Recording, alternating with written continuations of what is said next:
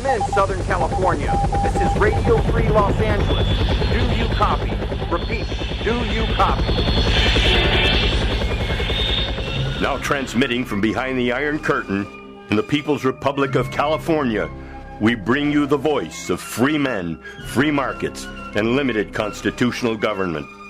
Welcome to citizen-sponsored Radio Free Los Angeles with President of the California Taxpayers Union, Mike Alexander, and editor of the Taxpayer Gazette, Jonathan Wilson. Hey, good evening. Mike Alexander, Jonathan Wilson, Radio Free Los Angeles. We hope you will be part of the program. Be sure to call in at 866-870-5752.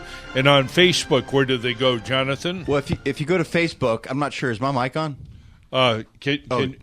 Okay. Go to Facebook and search Radio Free Los Angeles, and you can watch us live on our Facebook live stream and comment, ask questions, right, all that stuff. And I was asked by a friend of mine earlier today how to listen to the show because he is out of the area.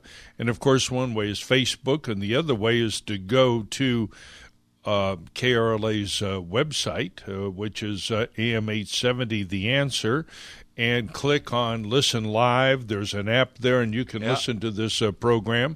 And then also, if you go on CaliforniaTaxpayersUnion.org or SchoolChoice2020.org and sign up, you'll be on the podcast of the show. That's right. Every Monday we post the podcast from the previous Sunday night. Great. Yeah. So we've got a good show lined up for you here tonight.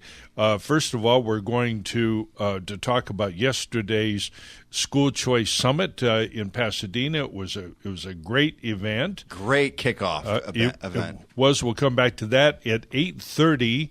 From 8:30 to 9, we have a very good friend of ours, Linda Payne of the Election Integrity Project, who got an extraordinary result here in California. I'm not going to spoil the show or take the suspense out of her presentation, but suffice it to say that the Election Integrity Project managed to sue the Secretary of State of California and all of the counties and got an agreement from them to remove deceased voters, and to clean up the voter rolls by the millions. Wow. And it is an extraordinary result. Needless to say, you don't hear about it in the news. Somebody said, well, aren't they going to appeal that? And the answer to that is no, there's no appeal. It was so bad. How bad was it? It was so bad that the California Secretary of State, why can't I remember the guy's name, and the Registrar of Voters right here in Los Angeles agreed to it. It was so bad. They didn't want the evidence going to trial. There's lots of other stuff to hear about it. Be sure to tune in between 8:30 and 9 o'clock, even if you have to go someplace else or do something else. Be back with us for that half hour. It's going to be fantastic. We will take calls, of course, between now and 8:30, and, of course, between 9 and 9:30. But you're going to be very impressed by what she has to say. And if you'd been at our School Choice 2020 event yesterday, I think you would have been impressed. What did you think, Jonathan? I thought it was great. I think everybody that showed up, we had a good turnout considering the rain.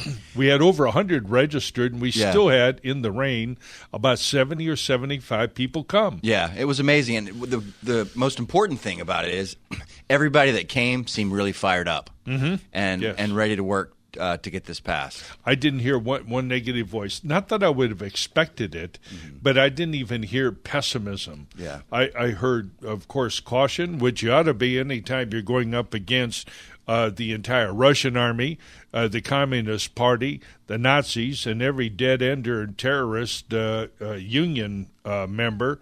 Yes, you ought to be cautious and mindful that this is going to be a tremendous fight. But people were up for the fight yesterday.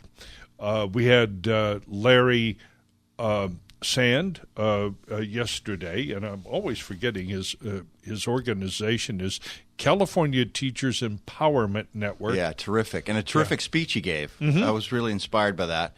And I really enjoyed meeting Vicki Alger.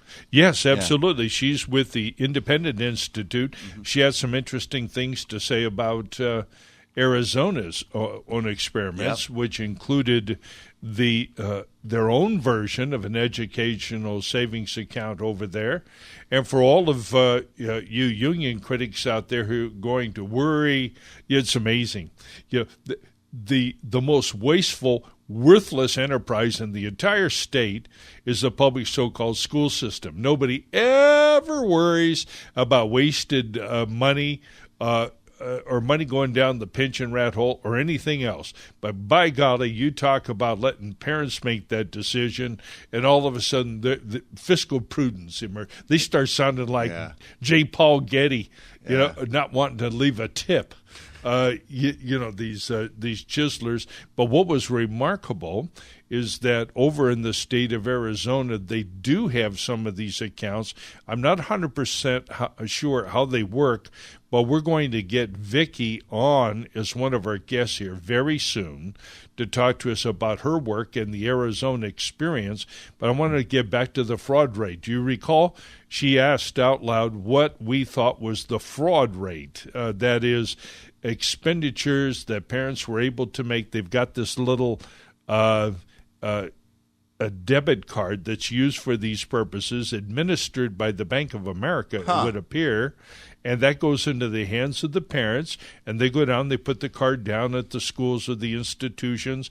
They can apparently use that to buy uniforms and every other doggone thing over there. And what do you suppose the fraud rate was? 1%.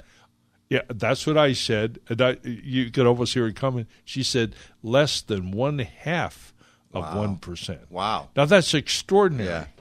And now, when you look at, now the fraud rate in the public so-called school system is more like about 99.5%, because after all, we're 48th in the nation. Yeah. And so I know we're going to get all of these questions and objections and so forth, and all these people who stand to lose money or have to go to work or endure the difficulties and challenges of competition. They're going to come back and say, "Oh, well, this school choice, this is going to ruin the public schools." And our reply is that we didn't do that. You already did that. Exactly. We're 48th. I mean, where do you go from here? Exactly. We have nothing to lose. Right, nothing to lose. Yeah. Let's try something different. Yeah, this isn't working. It ain't working. Yeah, right. You go this way, and of course it works for them. They've got a beautiful business. They have almost $80 billion a year coming into their system from the state of California. Isn't it like $87 billion? No, it's technically the governor's numbers for 1920 are around 78 or 79 billion, right in 1920 for fiscal year 2019 2019 to fiscal year 2020, it's looking like about 78, 79 million. But with the Trump economy, what I call the Trump bump, with people making more money, more people working, more taxes being paid in California because of the unique formula of school financing provided under Proposition 98, revenues frequently exceed the forecast. Yeah. And now, of course, they don't want to talk about that, but they've been making a living off of that. Now, of course, and believe it or not, we had, I would say, 8 or 10 teachers or people in the system or in charter schools and some from public schools that they will remain nameless. Okay.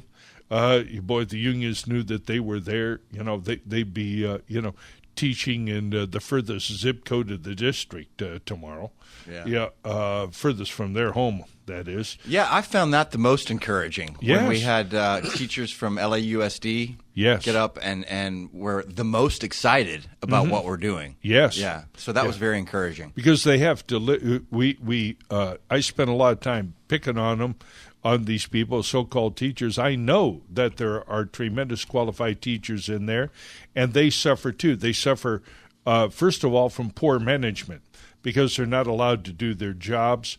They have to operate in a highly political and politicized environment. They make it almost impossible for them to teach sometimes. They're given social agendas to pursue. They're told to teach the test. And even though they teach these kids the test, so-called, the testing still comes out poor, even by the abysmally low standards of the public school system. California still ranks 48th in the nation. I mean, statistically, there's no difference between 50 and 40. You're just there. If you're in the lower quartile, that is the lowest fourth of the schools, the lowest 12. Well, there's not much difference between the top of the pile and the lowest of the pile. And the truth is, and you said this yesterday, we're Californians. Our schools should be the best in the nation. Absolutely. Yeah, and we have of the finest universities in the world. I mean these statistics are invidious, but there's a shared belief that you go down a list of the top 10 or 20 universities in the world. Certainly in the United States, and you're going to find Stanford, the California Institute of Technology, probably Berkeley, and any list will include the University of Southern California and University of San Diego, Loyola University. We have a strong academic lineup in this state. Science and particularly computer science is practiced at the highest levels in the world, right here.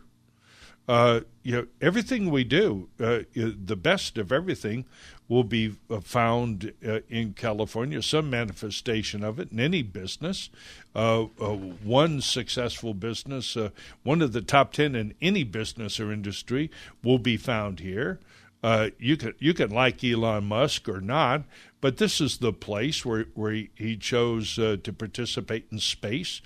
We're the space capital of the world here. Yeah, Pasadena in particular. Yeah. Pasadena. JPL, NASA. JPL, and out there in Mojave. Yeah.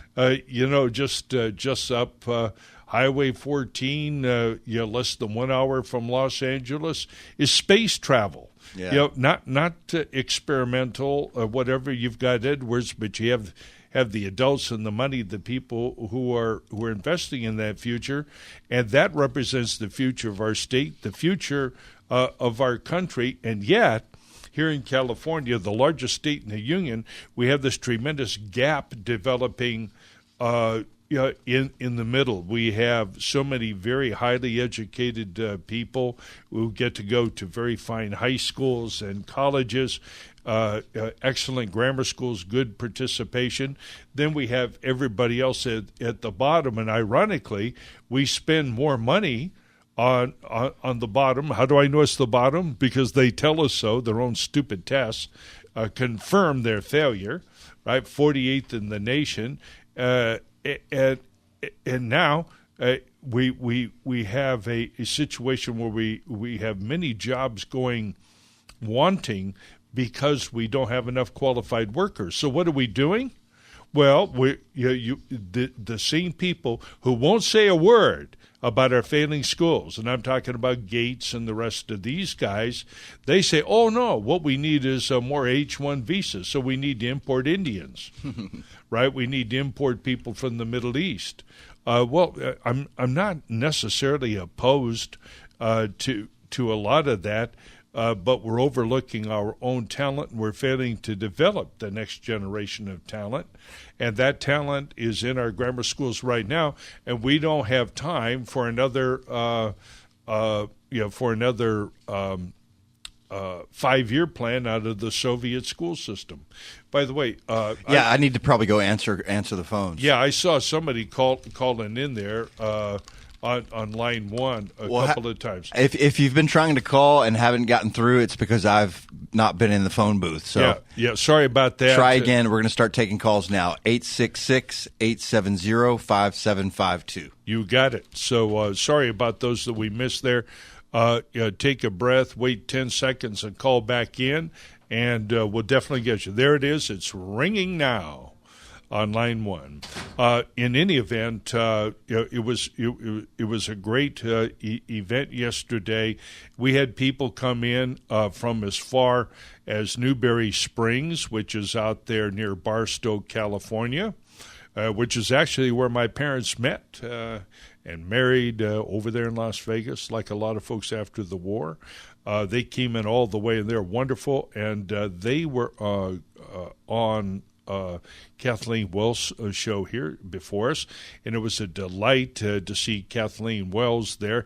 Thank you so much, Kathleen, for coming, and thank you also for talking about the event tonight. This is just a key thing that we are doing here. Also had Greg Britton from KTIE in the Inland Empire, and also Susan Arnault, who has her own podcast, and I'll be doggone if I remember the name of her podcast. But Susan, thank you for coming. We have Cecilia Iglesias, who is a representative of the Parent Union and part of the California Policy Institute. California Policy Center, as is Larry Sand. So it was a wonderful group. In fact, I think I've got somebody else on here who was there yesterday. He's on line one. I'll take him and I'll let him tell you about it. Are you there, Brent? Yes. Hello, Mike. How are you, sir? John. Yeah, I'm doing great. And I was so moved, and I am just so proud of your guys' efforts to plant the seeds of a righteous revolution for reality and truth on a rainy day. Yes. And I see it as a good omen. I think so, too. I just feel so honored to know you guys. Well, it's they say in Spanish, igualmente. Yeah. or back to you, right? Thank you. There were so many thoughts I had, and I was so moved, but an idea came to me from a Jewish perspective, where Hitler once said, "The Jews brought two wounds upon humanity, circumcision on the body and conscience upon the soul." Mm-hmm. And it seems that we are dealing in today's so-called progressive world with people without conscience, without reflection or soul, and they therefore have no heart. They scream and shout their love, but they never show it. And I don't know what sort of women we're producing now, and mothers who will send their children off to what I see as just government molestation camps. Yes. And if they're not molested physically, their minds certainly are being molested. Well, they are, and we have so much of what is the school system? We know it can't possibly be about education because we have evidence that it doesn't do that, ample evidence that it doesn't do that. They're 48th. Nobody could credibly look at this system and think for a moment that it is about education. So it must be about something else. Yes. What is that something else? Well, there are many aspects to it. First of all, it's ideological. Second, it is political. That is an attempt to... Well, let me go on. The third is commercial. I'll start with the commercial part first because first and foremost, the public so-called system is a business. Excuse me. Mm-hmm. It's not a business that you and I would immediately recognize as such, but it is a business. And is a business that operates in an industry where it is a monopoly. And even if it didn't have ideological or political objectives, it certainly has commercial objectives, and it does not want competition. And they get more and more money every year, regardless of results. They employ vast numbers of people who reinforce the system and manage to flow new revenue into their failing business, notwithstanding their failures, and they do so through the exercise of political power. So let's move back up to the second purpose, political purpose.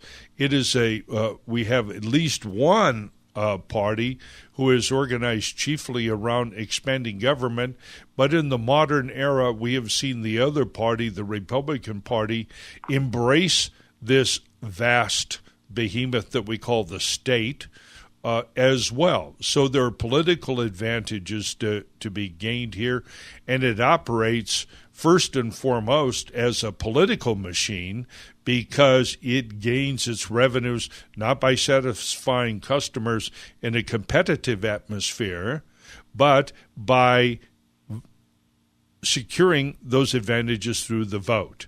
And the chief way in which they do it is to support politically, that is to buy through campaign contributions, the very people that they pretend to negotiate with at arm's length in labor negotiations. So the one area in which the public and, of course, the students might be represented would be the political system, but there's no pushback from there. But on balance, so let me go to the third thing that the government schools are about. Increasingly, they are ideological. And they were, at one time, they might have just been political, but now they're ideological. They had their origins in the progressive era. Bear in mind that the public schools as we know them did not exist on this scale prior to 1900. This is a relatively modern invention, and it came along with the progressivists and many on the industrial side, which came to be represented in fascism, the idea that modern industry was going to require large numbers of trained people to participate in that very mechanistic future. So they treated the fascists, the progressivists, and supposedly the capitalists treated people, and the communists, of course, saw people as economic units or political units. So it began with dehumanization, and in the modern era has seen it embrace the worst parts of the far left agenda, which calls for the complete subordination of the individual and the erection of the state as the primary organization. I could go on. Yeah. You called. I'm going to let you talk to me a little bit here. I've got another caller coming in. Well, I just wanted to comment on what you said about results. Yeah. We're assuming they want to have results that benefit us. Yeah. We have to dissuade ourselves of that and recognize they are getting tremendous results. Their results are brainwashing, control, submission. These are the things that are the teachings and the hallmarks of Marx Brent, and of Muhammad. Thank you. And Brent, this is a conversation we definitely want to continue. I got about a minute and a half to go. I got a caller who just called in. Okay. We're not going to be able to get to him before the hour. I want to say, because we have asked him or her to no, that's Linda who's on. All right. She comes on at 8:30. So I do have time to make this response to you, Brent. We've got Linda Payne from the Election Integrity Project who is going to talk about many aspects of how the vote is stolen here in California. But the biggest vote-stealing project that's going on is the public so-called school system. As long as that system is in place with government controlling the hearts, minds, and souls of children, we can never expect to win elections ever. And even if we get rid of the cheating, we're going to be up against the cheating and the brainwashing that goes on each and every day in what they pretend is a school. They're indoctrination centers. They're liberal madrasas. They are the worst of the worst of the worst. We have to take our kids back. Yes. Brent, it was so great to meet you personally yesterday. Just a delight. Thank you so much for coming. Thank you so much for calling. This is Mike Alexander and Jonathan Wilson, Radio Free Los Angeles. We'll be back on the other side of the news with Linda Payne with the Election Integrity Project. Thank you.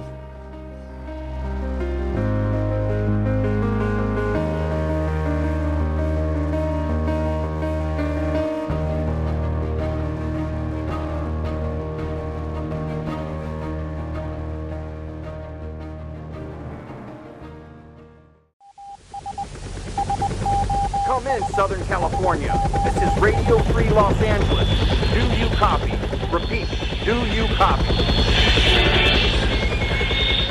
Now transmitting from behind the Iron Curtain in the People's Republic of California, we bring you the voice of free men, free markets, and limited constitutional government.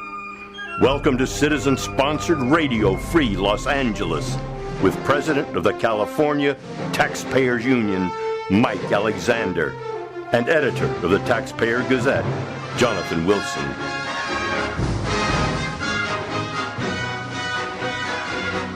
Glad you could join me on Super Bowl Sunday night. Somebody asked me, are you really going to broadcast on Sunday night? And I know I got one listener. He called in. It's a tough night, but I know not everybody listens to the Super Bowl game. It is now over, but we had two very important things that we wanted to cover. We're going to do it more. We're going to talk about yesterday's School Choice Summit 2020, which kicked off the campaign to get school choice here in the state of California. And I will apologize to my listeners for not having told you what program of school choice we're advocating. I'll go into that in the 9 o'clock hour. But first, we have somebody who's extremely important here, and I want to bring her on the phone right now, and then I will introduce her to you properly. Linda Payne, how are you this evening? Hi, Michael. I'm fine, thanks. Thank you so much. It's a delight to have you. As I mentioned to our listeners at the top of the show there, we're going to have Linda Payne from the Election Integrity Project. And I'm going to let her tell you about the history of her organization and the extraordinary result that she got in the last month, the extraordinary legal result that she got in the last month, what it means for cleaning up the voter rolls and attacking voter fraud in the state of California. And if you think that nobody's doing anything, you're wrong. Linda's been out there for many years. So, Linda, why don't you tell the audience about your organization and the work that you're doing, and then move on to talk about this extraordinary lawsuit that you had. Okay, great. Thanks so much. We are the Election Integrity Project began in December 2010 when concerned citizens went out to the polls and we observed what was going on. And though we didn't know the laws at the time, we knew what we were seeing couldn't possibly be legal. So I won't go into the long details of it, but we began our work as a for-profit company that really didn't intend to make money because our goal was to do the work. At the time, the IRS was not giving 501c status to conservative organizations or organizations that were watchdog groups like ours. Yes. So we were encouraged to file as a C corporation just to be able to get started. That's right. We did the same thing. For somewhat different reasons, but we know that the audits were going to be awful, and it ended up shutting down a lot of conservative operations. And in fact, you and I have known each other for 10 years, and I remember when you started this in a heavy rain, just like yesterday, and your group got going there in Pasadena, broke off, and just did all this wonderful work over the years, and you've been at it. Now, you guys attacked voter fraud from a number of different perspectives, and what was has always been indispensable to this effort has been the gathering of data. That is, it's one thing to know with near moral certainty that there is voter fraud, but as they say, knowing and proving it are two different things. How did you go about assembling the data that enabled you to prove your point? Well, we began with forming a board who had a background in the law and in law enforcement. So we knew that in California, if we were going to be able to do anything about the issues that we saw in 2010, that we would have to be able to go through the courts. We hoped to go through those who were in positions of authority to make the changes as we brought the issues to them, but ultimately we determined we would likely have to go through the courts. So to do that, we had to prove exactly what was going on, and we took a two-pronged approach. One is that we did extensive research in the voter rolls, county by county, and then statewide, and we compared the voter rolls with neighboring counties as well as the Department of Health records to look for deceased who might be on the voter rolls. Mm-hmm. So that was one avenue. The second is we have the right in California, which is very unique to the other states in the Union. We have the right in California to observe every aspect of the electoral process, to ask questions, and to get answers.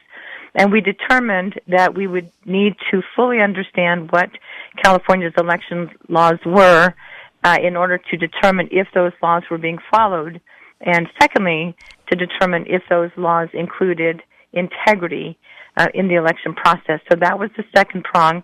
Over the last 8 years that we have been functioning as Election Integrity Project and now a nonprofit, Election Integrity Project California, we've trained about 9,000 citizens throughout the state to go to the polls in 40 counties and document what the policies and procedures were in those procedures. And that represents about 85% of the population of California. Yes. And we worked hard to cover that much ground because we'd always been told that the issues of California were simply LA and San Francisco.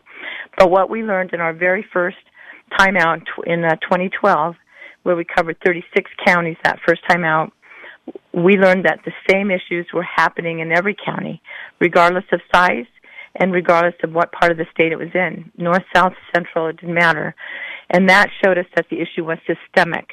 Yes. So with that in mind, we knew that we had to really take our time and begin to connect the dots, which was very complicated in a state as large as California. Yes, extraordinary. Let's go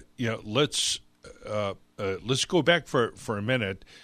You and I discussed this a little bit this morning, and that is the results of your data. So we know for sure that if a dead person, quote unquote, votes, that is obviously a crime, and it's a leading indicator. It's highly correlated to the existence not only of that fraudulent practice, but of broader fraudulent voting practices.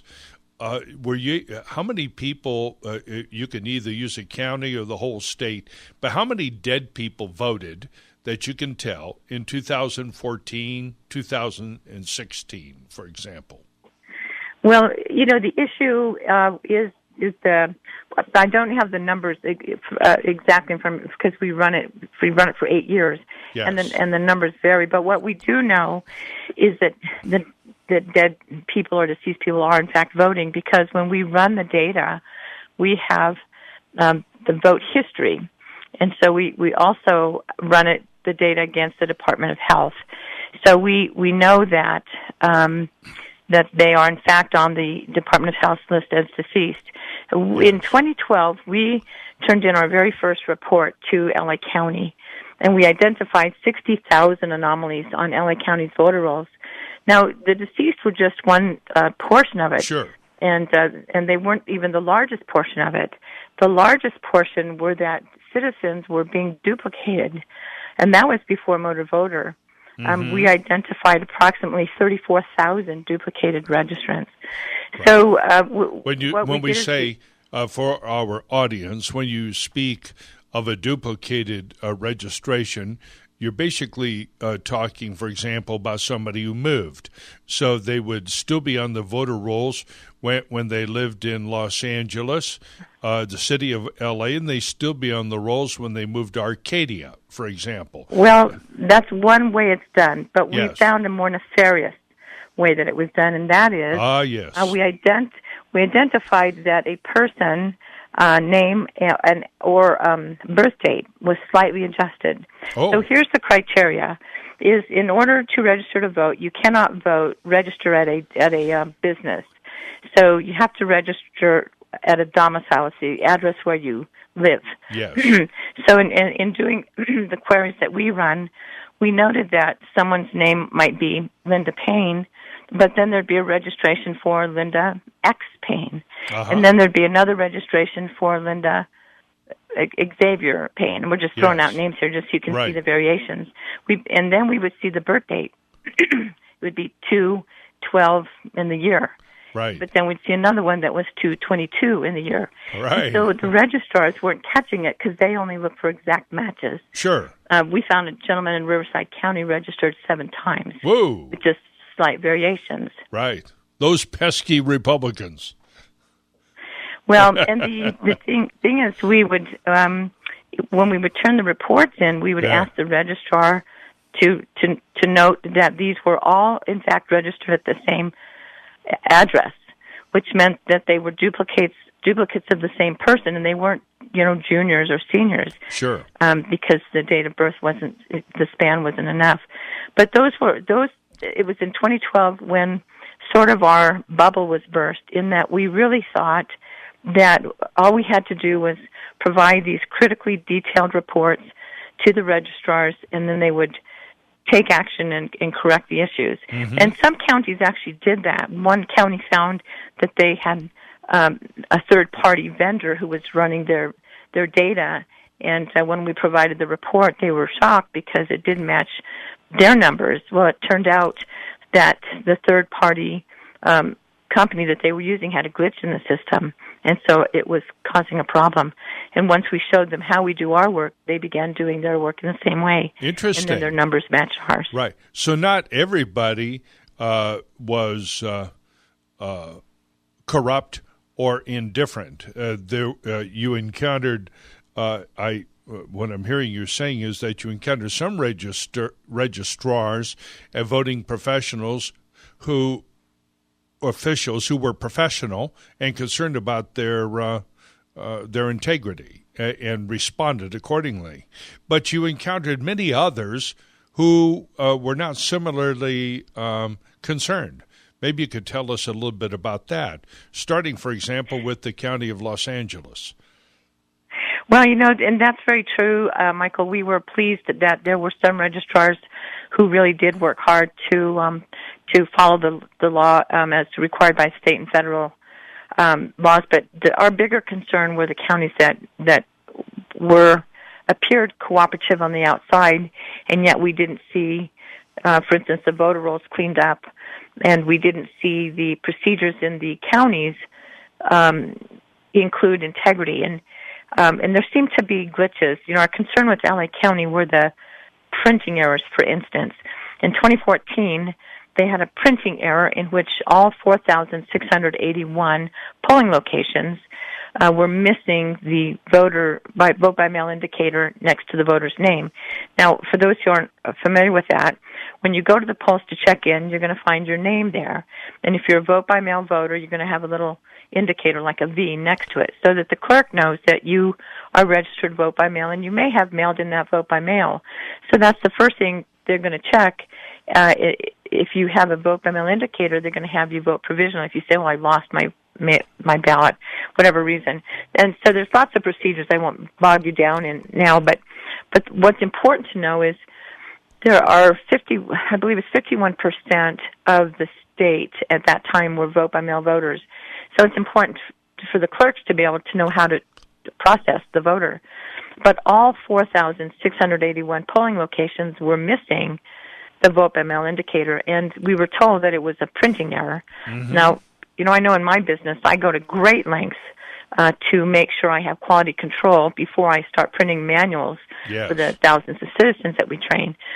So I'm not sure what happened with that, but it caused absolute chaos in the polls because the clerks were sent a list, 400 to 700 names, just within a day or two before the elections, and asked to go through their list and check it. Well, because we had 82 volunteers in 2014 who were at the polls observing, our documentation about what happened in 2014 was very thorough, and we documented the chaos. We documented that in the frustration of the clerks, because they couldn't check for vote by mail, they simply gave everyone who walked through the door a regular ballot. Correct. Now, with a regular ballot, it's not like a provisional where you can check it to make sure they're a vote by mail or not. But that's just one little example of the kinds of chaos and confusion that happens without good policy and procedures. Right. Now, let me, one of the other macro ways to identify problems with the voter list is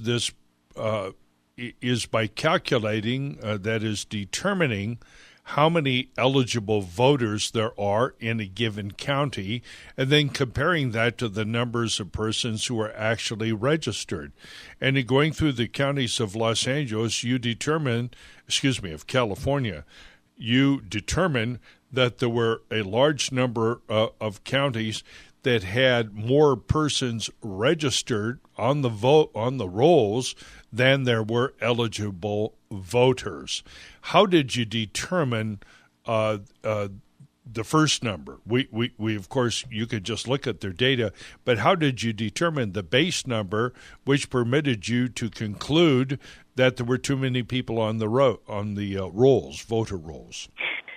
So what we did is we first start with looking at all of the active registrants, and I've actually pulled some numbers up for you from the research we did in 2017. This is the press release we put out that attracted Judicial Watch to us. So what ends up happening is the numbers that are used by the Secretary of State's office is that California's voter registration rate is only 78%, and it creates a little panic because, oh my goodness, why aren't people registering?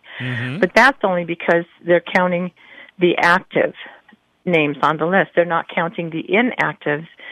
So we did our research, and we added the inactive names to the list because the reality is an inactive voter the name on an inactive list can be activated by simply sending a vote by mail to that person, even if they've been inactive for 20 years.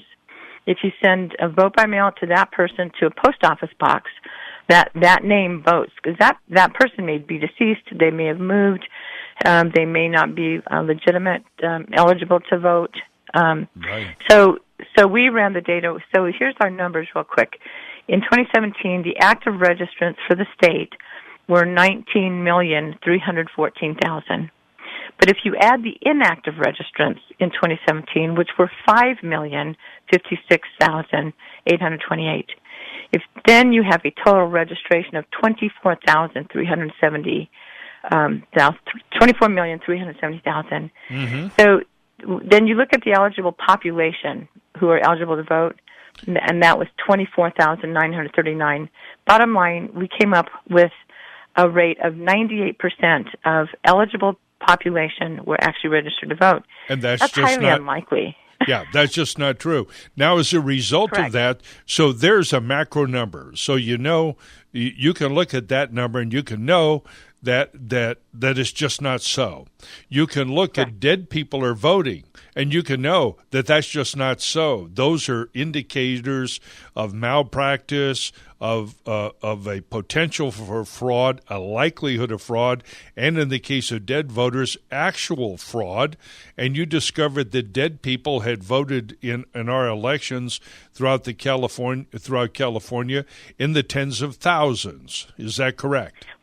We did, yes. We also noted that that the duplicates were were voting. So Yes. people would say, well, what is the big deal? Yeah, When so you're what I'm looking trying at to do those- here, Linda, hang on. What I'm trying to do is lay the foundation for the audience. So now you and your data people put that together. Now you've got real proof that there's something wrong. There's not only smoke, there's statistical fire, and you took that to some good lawyers, and they looked at that and they said, yes, we can move forward with this. We think that we do have proof. We can take this case to court. Maybe we have only got maybe around 5 or 7 minutes, and this is the real heart of what's going on. Tell us about filing that lawsuit. Tell us, please, about what came of it and the exciting order that you guys obtained in the last 30 days. Okay, very good. Well, the press release we put out ended up in a couple of conversations with Judicial Watch. They wanted to know how we did our work, and after a couple of conversations, they were confident that our data was solid and the way that we did our work would hold up in court. And the fact that we had been researching California's election data for 8 years was important. It was 6 years at the time they called us. But they filed a lawsuit against the Secretary of State, Alex Padilla, and the LA County Registrar, Dean Logan, for noncompliance with the NVRA Section 8, which requires every state and county to reasonably maintain state and county voter registration. That's a federal law, correct? It's a federal law. And that lets you go to federal court because there's a violation of a federal law. Go ahead. That's correct. So, it took about a year to go through the courts on that, and we had what our attorneys tell us was the strongest NVRA case in the country. Wow. And that really told us that the way that we did our work, which was meticulous, we didn't do it in the media, we didn't do a lot of press release, because our goal was always to make sure we could win in a court, and that ended up paying off. While we were going through our own lawsuit with what was called powerful and overwhelming evidence, not only of the data, but because of what we had been doing by documenting what was happening in the polls, we were able to show how, in fact, it was impacting the outcome of elections. When you have deceased voting and duplicates voting and people who have moved voting in multiple counties, you don't have to have hundreds to win. Sometimes you just need 10 or 15. So you don't need a lot. You need just enough. But because we could connect those dots, not only of that, we connected the dots to the data, we connected the dots to the impact in our elections, and we also were able to connect that with the laws being passed in California. I got 3 minutes to go. You guys filed suit. You hit them hard. And your evidence was so compelling that the lowlifes actually agreed to a consent decree to a stipulated settlement. What were the terms of that settlement?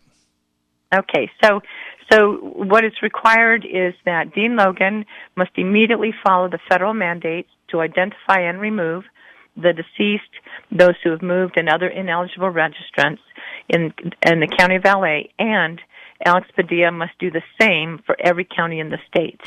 And in fact, we have seen that they've already begun to change their manual that's on the Secretary of State's website to include the words must remove the inactives, where they were following the word may remove them, and they simply chose not to remove them. Amazing. I want everybody out there, this sounds, this wonderful lady is explaining it so calmly and matter-of-factly. This is huge. Nobody thought they could make an impact, and you made these guys do it, and that's just the beginning. The federal judge, as you explained the other night, the federal judge has retained jurisdiction over this, and he's personally overseeing this settlement, making these people comply, right? That's correct. And also we are going to be validating their research. So they must provide a report of how they're complying and the progress they're making to our attorneys, Judicial Watch, who will provide the report to us. We will then compare our research with what we see happening, and then if it turns out that there's noncompliance, we don't have to file a second lawsuit, we can go straight to the federal judge. Right back to him. In effect, you are overseeing the settlement. Now, these guys got to be going nuts. Linda, we're going to have you on again to go over more of this and to get the progress on it. I want to have you on maybe 3-4 weeks from now. In the meanwhile, people need to volunteer for training. They need to know about your organization to get involved, to contribute to your wonderful work. Where do they go? At www.eip-ca.com. Fantastic. You want to repeat that? We got a little bit more time. Okay, it's www.eip-ca.com. Got it. Yeah. Thank you for doing God's work out there, Linda. It's a pleasure and privilege to know you and to have worked with you all these years. I look forward to having you and Miss Weiss on.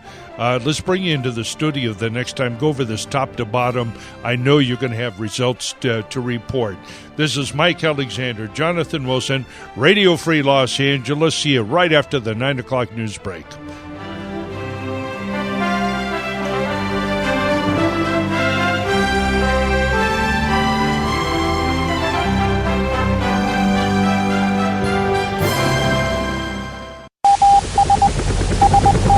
Come in, Southern California. This is Radio Free Los Angeles. Do you copy? Repeat, do you copy?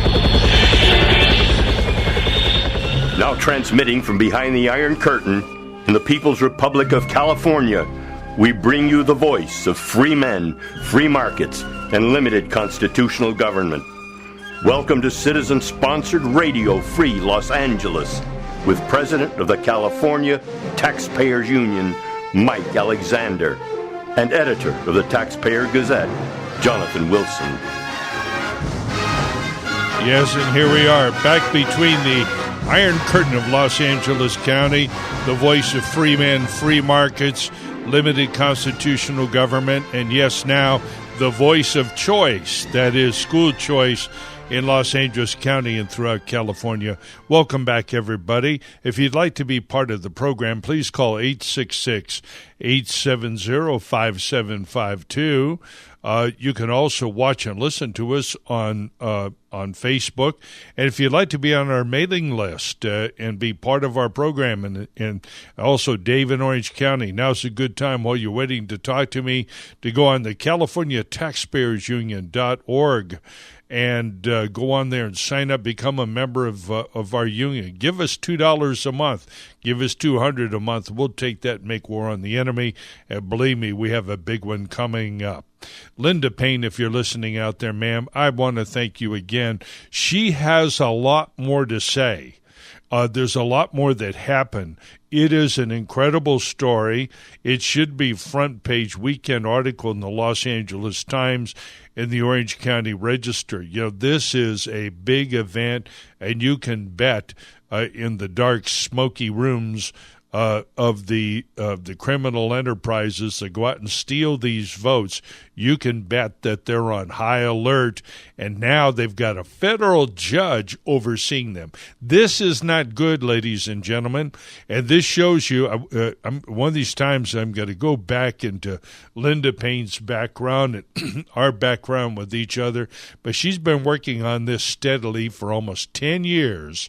She's been concerned about it for long beyond that, but they've got enormous experience in this area. They brought together people, and when her data starts really coming out and you see what's going on in these counties, you're going to be shocked. There's what we call voter harvesting has its root in registration problems. So Linda is not just attacking one narrow part of it.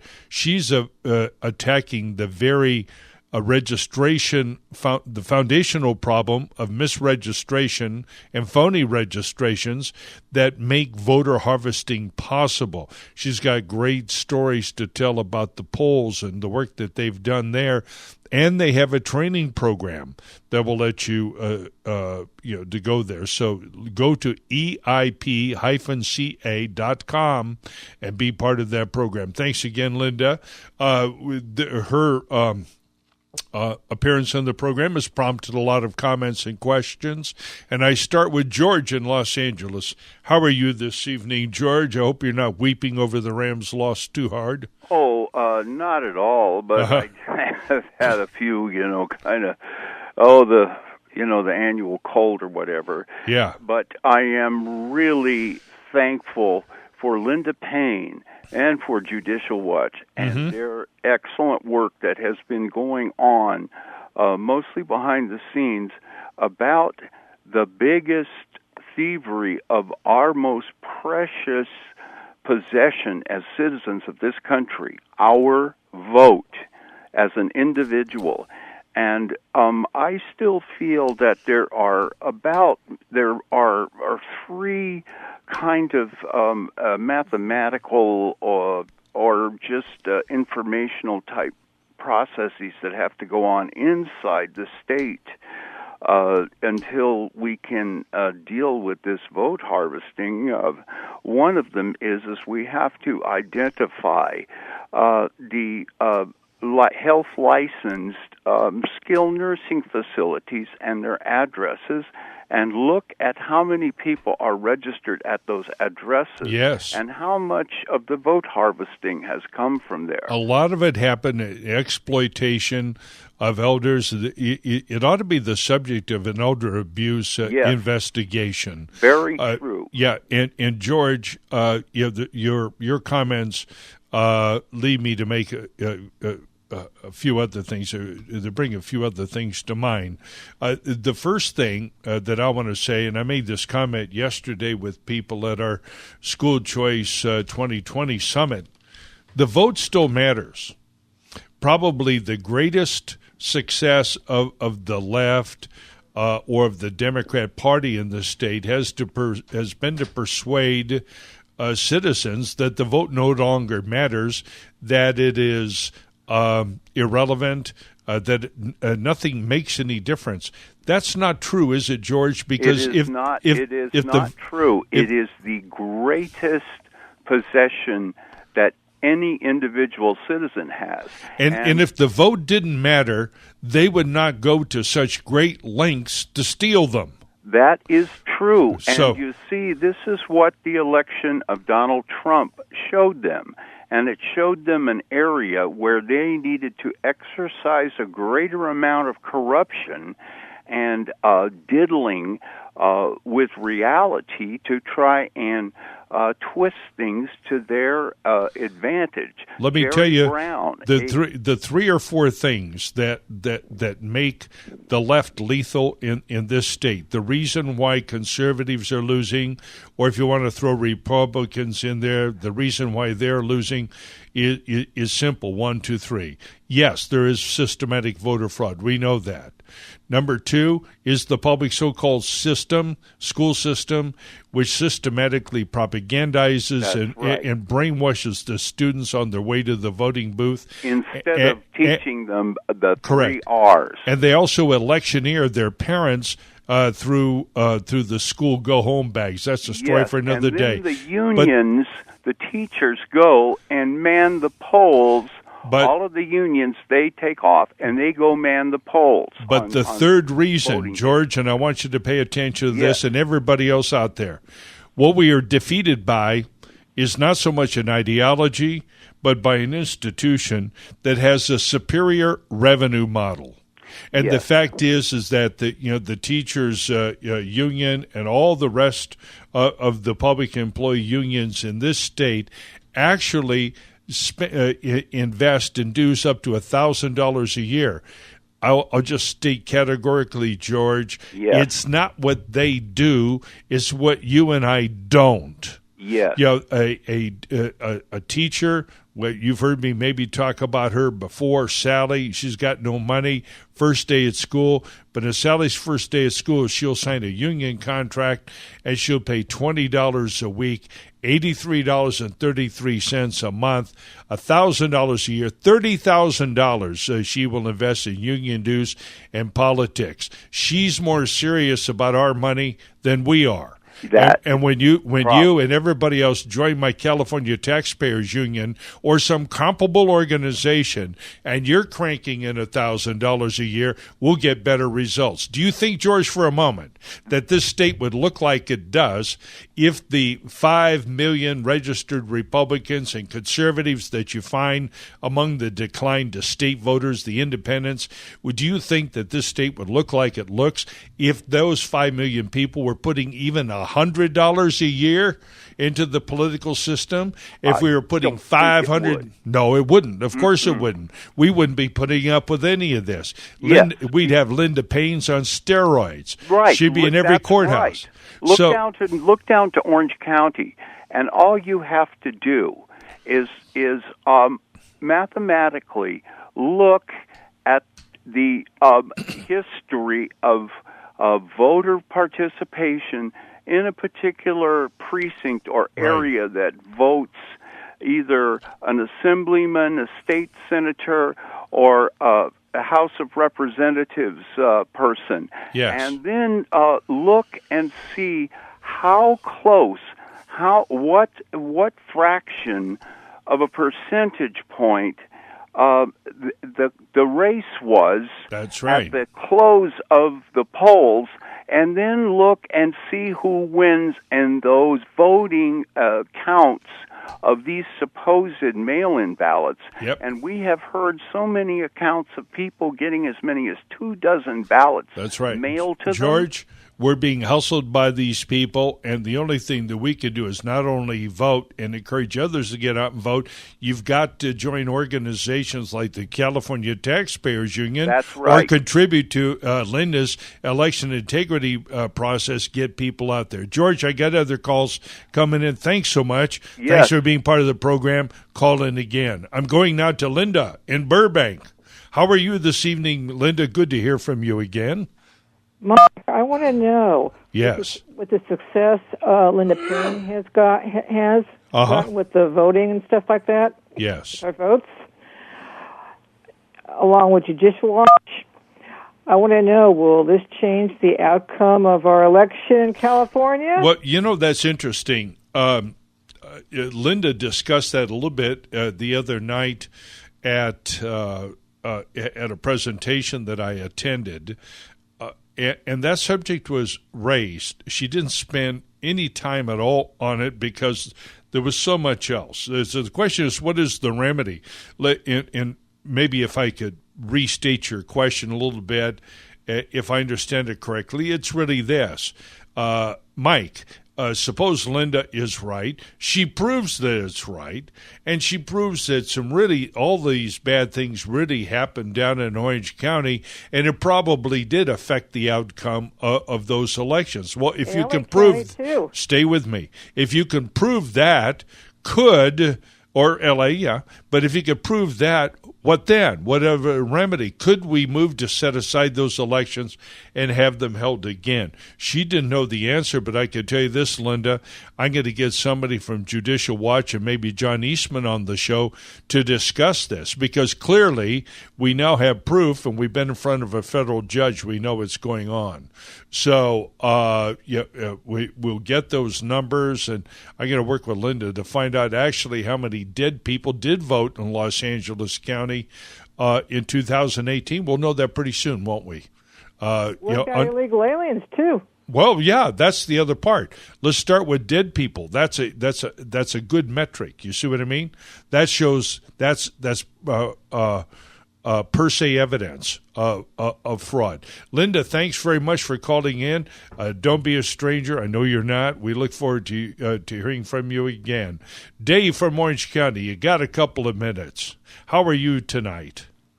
Hi, Mike. How are you? Hey, great job. And I have 3 questions about the voter choice issue. I want you to hang on for just a second. Jonathan, are we doing Government Grifter of the Week award? Yeah. Okay, we got some. I wanted to know before I turn Dave loose. Okay. Hey, start with a couple of questions. I'll see if I can get to them. Question number 1, go. Okay. LAUSD, you saw recently in the media them protesting to stop charter schools. Now, Yes. And the LAUSD said they're going to vote on it. Now, my question is this. Do they have the ability to stop charter schools? Okay, number two, isn't the charter school issue, wasn't that a bill that was passed that allows the charter schools? And number three, I don't think the charter schools are unionized, but are they? No, mostly they could be like any other enterprise. They could be organized. The unions would find new love if they were able to actually unionize the charter schools. Oh, they're doing it. Yeah. No, they're recruiting. They're recruiting members from the charter schools. Generally speaking, right now they're not. Yeah, but look, Dave, this is the wrong question and the wrong issue. Charter schools now don't anybody go out there and say, oh, that's school choice people. They're out to destroy charter schools. We are not. Our school choice initiative will permit will give parents the average per pupil expenditure in the state of California currently over $17,000. They can take that $17,000 per year per child, and they can go to a school of their choice. Their current public school, a charter school. I said charter school, everybody, or an accredited private or parochial school. That's just it. Now, having said that, I think what will happen with charter schools is that there will be fewer of them. If they're smart, they will convert to accredited private schools and control themselves from there with far less public regulation. The issue, hey, listen. It's important that you get this straight and we stop this yapping and yammering about charter schools. It is the wrong argument with the wrong people on the wrong day in the wrong place. The battle is for our children, period. Yeah, going out there and begging them for another charter school isn't going to cut it. Now, is it, Dave? Okay, so just for my own educational purposes, not for any promotional issue, I would just for my understanding. Yes. Does the LAUSD, under this protest, let's say they decide to vote against charter schools for LAUSD, can they do that? Well, can they end them? Well, the question is whether their actions would be legal or not. And honestly, Dave, I'm not qualified to answer that question, but I can tell you this: it won't stop them. Now, will it? Well, it won't stop them. Hey, Dave, listen. You have to answer these things, and so does every other citizen. Yeah, we can't just deal with this talk radio gum chopping here. The charter school issues are a peripheral issue. We're failing to confront the major issue, which is they've got our kids and they've got our money, and they pretty much do what the hell they want, don't they? Right, and I think you have a great strategy, because it's going to sack those unions' power to indoctrinate with their political ads to get it'll take less. And I think that's what they're hollering about right now, why they don't like the charter schools, because it's taking away students. And for whatever reason enrollment is going down, I think it's a good thing, because it's going to take away the membership. It'll take away PAC dues, money, to where they can put money in their PAC to vote in Democrats with their lying garbage ads. That's right. It's totally ridiculous, and everybody, people bite it up, and they swallow it up. But this is great what you're doing. I think it'll really... Exactly. So all the people out there who are charter school fans, I'm a charter school fan too, but a charter school is a weak effort and an effort that's ultimately doomed to failure. If it becomes much larger than it is, it'll really come under attack, and something tells me that it just did. And LAUSD and all the rest of the thieves that run that system will do what they're told by their union masters, now won't they? And they're being told right now, look, you're sitting on that school board because we put you there. Wake up, pay attention, they'll tell them. I put you there. And we can take you off of there. So you either snap out of your there's a phrase for that. You snap out of it and you do what we tell you to, or you'll be gone. And so they'll listen, David, I'm trying to communicate to you and everybody out there what the situation on the ground is. And this will leave charter schools and others right where they want them, in court. How long is court going to take? forever, right? And they'll be bouncing in and out of court. And this is how big government on the Republican, the Democrat, the union side, this is how they operate with us. They violate our laws cruelly and deliberately. Hell, we've even got people running around this country spying on our president, trying to get rid of him. And you think that they're going to stop at charter schools? How old are you? Have you learned nothing? These people are playing for keeps, David, and all these little mini arguments, these little tempests and teacups over charter schools is a minor issue. We're playing for keeps. Well, the thing, you're right that they're not going to stop there. They're mad because charter schools have a certain independence from their unions and taking away members. That's and they right. Don't like that. And charter schools, my friend, are not the answer. There's still too much government. There's still government schools. We need schools where the parents are empowered. The parents need the decision. And our society lost a lot 100 years ago when we let the government steal our kids. Once they stole our kids, you got to listen to me. Once they steal our kids, they steal everything else. Now, didn't they? Yeah. Didn't they? All right. So we've been fooling around with this problem for 100 years. It's time to take effective action. We can't take our country back. We can't do a damn thing unless we take our kids back first. That's priority one. And yes, I love charter schools. I support all of you out here, but you're fighting the wrong battle with the wrong people. You need to join me. And David, you need to join the California Taxpayers Union. Thanks for calling in, David. Love hearing from you. And we're getting here to where we're just about wrapped up. Forgive my vehemence, Dave, but sometimes I've just got to clear things up. Hey, you got to make your point, Mike. Yeah, we're playing around with this, and if these are tough, mean, vicious people. These are people that will take your 14-year-old daughter down and get her an abortion without so much as a by your leave, sir. Yes. And you think that they'll stop? They'll be stopped by some consideration of legality. These are part of an organization that are stealing votes. They're trying to launch a coup on a president, and we're having these polite little legal debates. Oh, I wonder whether it's constitutional or not. We might present this. What do you think, Harvey? I don't know, Boswell. What do you think?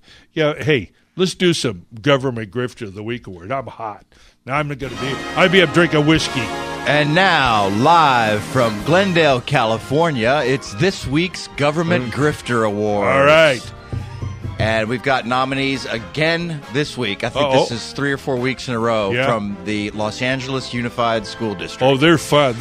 I don't know if we'll ever run out of nominees from LAUSD.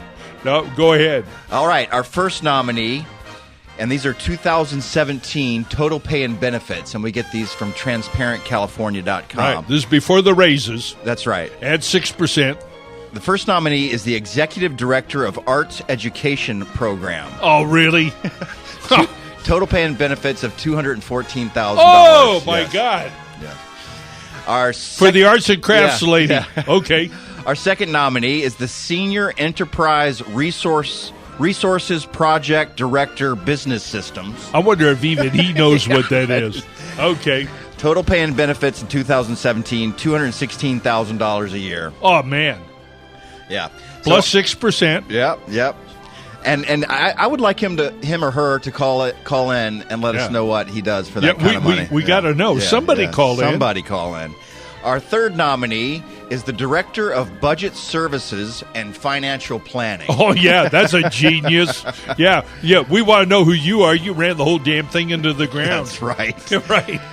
Total pay and benefits in 2017, $233,000. Oh, my God. And a lifetime pension on top of that, up to 90%. I've got one more if you want. I've got one more nominee. It's a target-rich environment. Director of Facilities Program Support Services. What? I don't know. I really don't know. I don't know who comes up with these titles. Total pay and benefit in 2017, $249,000 a year. Good Lord. Hey, I got an idea. Yeah. But we've got, before we do the drum roll, you and I are going to have to do some reporting, all right? Okay. Taxpayer Gazette reporter, you got to get on a recorded line somehow or go down with a camera, do a 60, and ask him, who is this person? Yeah. What the hell does this guy do? We want to know. Yeah. Right? I think we need to do that. All right. Drum roll. Maestro, please. And the winner of this week's Government Grifter Awards is the Director of Budget and Financial Planning Services. Oh, man. Congratulations, Director of Budget Services and Financial Planning. Yeah. This is your first nomination and your first Grifter Award. Hey, that's it. Hey, now, you can call and you can tell us what the hell you do because you ran that damn thing in the ground. You know, it's just amazing. Your pensions are overfunded. But, you know, I was going with the arts and crafts lady, you know. All right, well, you know, maybe there's always next week. Oh, no, is that sexist? Maybe he's some kind of guy. Who knows? What the hell? Well, we got 1 minute to go. Thank you, everybody. I want to thank everybody that came to the School Choice Summit 2020 yesterday. Please, go to CaliforniaTaxpayersUnion.org. Sign up, join the union. Go to schoolchoice2020.org. Become part of our mailing list. This program is going forward. It's got tremendous public support, and I'm delighted to have you as my audience, even on this lonely Super Bowl night. Thank you, Jeff. Thank you, Brooke, even though you're not here. Thank you, Jonathan, for handling the phones. God bless, and we'll see you next week. Radio Free Los Angeles, AM 870, The Answer.